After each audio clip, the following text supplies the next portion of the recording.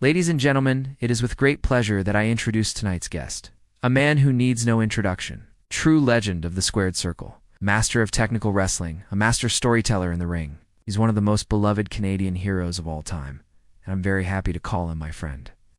Now, there's so much we could talk about with your career, but where do you want to start? You've had such an illustrious career.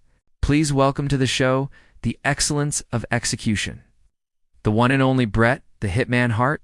Obviously, I was influenced by my family and by the Stu Hart wrestling style. That's a big part of my background. You're still in the best shape of any 62-year-old man. I grew up watching guys like Buddy Rogers, Lou Desch, the great technical wrestlers of my generation and before my generation. I think for me, it's always been about being dedicated to maintaining physical fitness. Because I've always believed that your body is your temple, something that you need to look after. And if you don't, it will eventually let you down.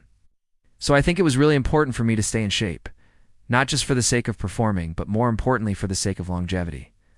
I think that I always tried to bring a realism to my matches that set me apart from some of the other wrestlers. I've always believed that wrestling should be like reading a story. And in order for the audience to get involved in the story, they have to believe that what's happening is real. And so for me, it was always important that my matches had a sense of realism to them. I think that was something that helped me connect with the audience. Your matches had a beginning, a middle, and an end. Worked closely with a lot of different people and a lot of different companies to develop storylines that made sense for my character and for the audience. At the same time, I was also very mindful of the audience and what they wanted to see. And so I always tried to keep that in mind when I was developing storylines.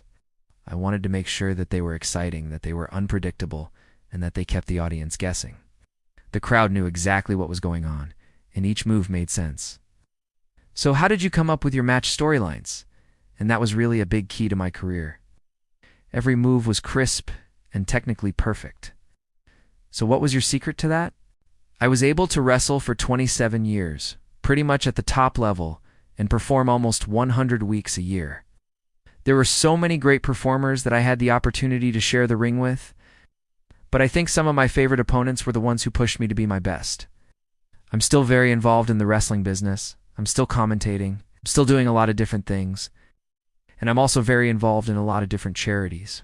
I'm a spokesperson for a number of different organizations. And I'm also spending a lot of time with my family. And I'm enjoying life. I'm having fun. I feel very blessed. I think that every opponent brought something different to the table, and they all had their strengths and weaknesses. But if I had to pick one, I would probably say that my toughest opponent was probably somebody who was very technical and very cerebral. A guy like Owen Hart was always a very tough opponent. He was very smart, he was very technical, and he was always prepared. That made him a very difficult individual to face off against.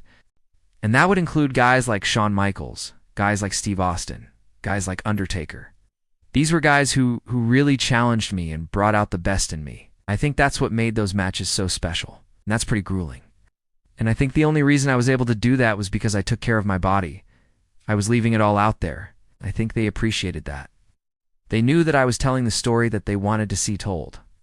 And at the same time, I was also a performer who was very authentic, very real.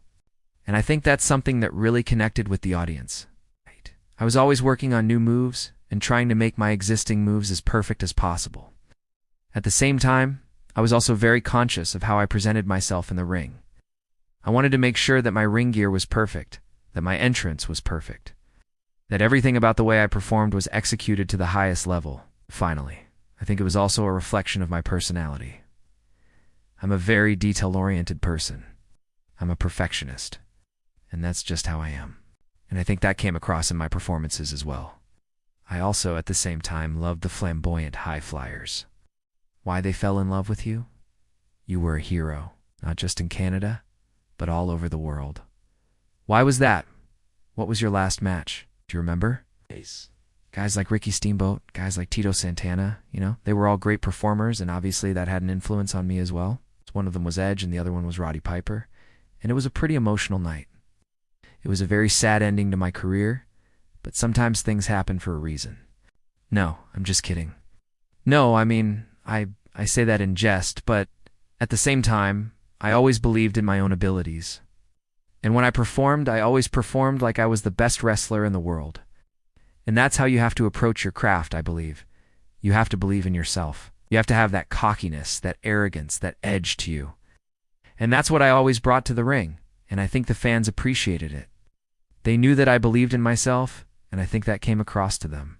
You know, I was lucky enough to have a great career and a Hall of Fame career. Sometimes when things end badly, it is better to just walk away rather than try to come back and risk further injury or embarrassment. So I was very fortunate to have had the career that I did. And even though my last night was sad, I still cherish those memories of performing in front of the WWE Universe one last time. And then finally, I would say probably the biggest influence on my style was definitely Andre the Giant. Andre was someone that I looked up to as a performer from the time I was a young kid. And when I started to develop my style, I tried to take those 3 different styles and kind of mold them into one cohesive unit, and that became my style, which was basically technical based with a little bit of the high. It's flying thrown in there and trying to tell a story at the same time. I am doing fantastic. Thank you for asking. You know, that's up to you, brother. Wherever you want to go, I'm sure the fans would love to hear about it. But what was the secret behind your in-ring style? Well, let's talk about your in-ring style. You're a master technician. In fact, some people say you were too technical. Well, I think my style was a reflection of probably 3 different styles. What was your training regimen like? Because you were known to be extremely fit. You're still in great shape today. Thank you for the compliment. Now, speaking about longevity, you were one of the few performers who could have gone on longer, but unfortunately injuries forced your hand. I actually wrestled 2 different matches on my last night. I wrestled 2 separate matches against 2 different opponents. Your motto was the best there is, the best there was, the best there ever will be. Can you talk about that? Well, that's just me being cocky, I guess. You brought a level of realism to your matches that very few wrestlers can match. I think so. Now, the excellence of execution was not just your motto, it was a standard you set in every match. I think it was a combination of factors.